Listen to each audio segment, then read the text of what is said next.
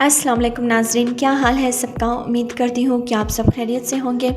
آگے بڑھنے سے پہلے میری آپ سب سے ایک ریکویسٹ ہے کہ اگر آپ اس چینل پہ نئے ہیں تو چینل کو سبسکرائب کریں اور ساتھ میں لگے بیل کے آئیکن کو بھی پریس کریں، اور ہاں، ویڈیو پسند آنے کی صورت میں لائک، کمنٹ اور شیئر کرنا نہ بھولیں۔ ناظرین، جیسے کہ آپ سب جانتے ہیں کہ پانی کے بغیر کوئی بھی جاندار زندہ نہیں رہ سکتا۔ پانی پودوں، جانوروں اور انسانوں کے لیے بہت ہی اہم ہے۔ اگر زمین کا مطالعہ کیا جائے تو زمین کا 70% حصہ پانی سے ڈھکا ہوا ہے۔ یہ پانی مختلف شکلوں میں پائی جاتی ہے، برف کی صورت میں، لیکوڈ یا گیس کی حالت میں، بعض اوقات گیس سے مراد یعنی ویپرز کی صورت میں۔ اگر دیکھا جائے 97.5% سالٹ واٹر زمین کو گھیر لیتی ہے، لیکن صرف 2.5% فریش واٹر ہے ہمارے پاس جو کہ پینے کے لیے استعمال کی جاتی ہے۔ اب آتے ہیں مین ٹاپک کی طرف۔ واٹر سائیکل کیوں ضروری ہے، پہلے آپ کو یہ جاننا چاہیے۔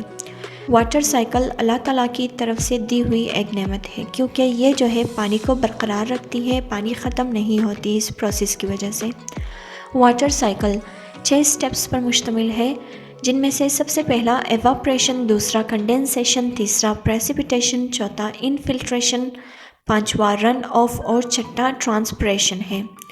انفلٹریشن کو پرکولیشن بھی کہا جاتا ہے۔ کس طرح سے واٹر سائیکل پورا ہوتا ہے، کہاں سے شروع ہوتی ہے اور کہاں جا کر ختم ہو کر دوبارہ سے شروع ہو جاتی ہے یہ سائیکل۔ دیکھیے، سورج ایک اہم ذریعہ ہے حرارت کا۔ جب بھی سورج کی گرمی پانی کے کسی بھی ذخائر پر پڑتی ہے تو وہاں سے بخارات اڑنا شروع ہو جاتا ہے، کیونکہ سورج کی گرمی پڑنے کی وجہ سے اوشین، لیکس یا پونڈز وغیرہ کے جو پانی ہے وہ گرم آ جاتے ہیں۔ گرم آنے کی وجہ سے یہ ویپرائز ہو جاتے ہیں، یعنی بخارات میں تبدیل ہو جاتی ہے۔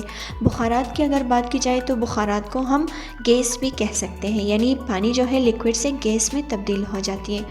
جب یہ اونچائی میں چلے جاتے تو وہاں کیونکہ ٹیمپریچر یعنی درجہ حرارت کم ہوتی ہے، جس کی وجہ سے یہی ویپرز پانی کے قطروں میں تبدیل ہو جاتی ہے، اور آہستہ آہستہ یہی پانی کے قطرے ٹیمپریچر کم ہونے کی وجہ سے اکٹھے ہو کر کلاؤڈز کی شکل اختیار کر لیتی ہے۔ کلاؤڈز یعنی بادل، اور اس عمل کو ہم نام دیں گے کنڈینسیشن۔ کنڈینسیشن ایک ایسا عمل ہے جس میں گیس جو ہے لیکوڈ میں تبدیل ہو جاتی ہے۔ کنڈینسیشن کے بعد ایک ایسا عمل آتا ہے جسے ہم کہتے ہیں پریسیپیٹیشن۔ اصل میں یہاں ہوتا کچھ یوں ہے، کیونکہ فضا میں کلاؤڈز زیادہ دیر تک نہیں رہ سکتے، یہ کلاؤڈز یا تو آپس میں ٹکراتے ہیں یا پھر بڑے بڑے پہاڑوں وغیرہ سے ٹکراتے ہیں، جس کی وجہ سے بعد میں بارش ہونا شروع ہو جاتی ہے۔ بعض اوقات درجہ حرارت اگر 0 سے بھی کم ہو تب برف باری ہوتی ہے یا ژالہ باری ہوتی ہے، یا اگر درجہ حرارت زیادہ ہو تب پانی برستی ہے یعنی بارش ہوتی ہے۔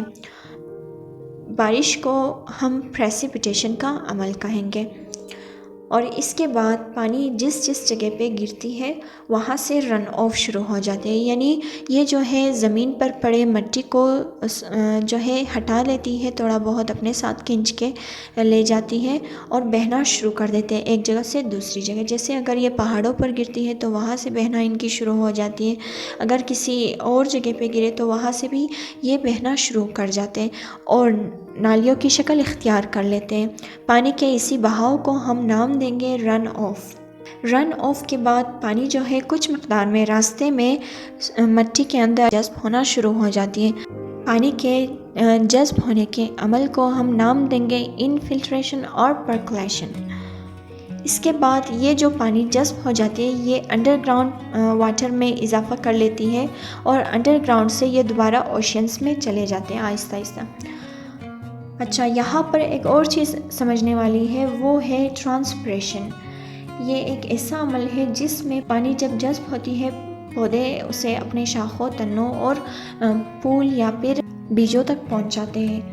جب سورج کی گرمی ان پر پڑتی ہے تو وہ دوبارہ سے بخارات بن کر اڑنا شروع ہو جاتے ہیں، یا پھر شبنم ان کے اوپر پیدا ہو جاتے ہیں، پتوں کے اوپر۔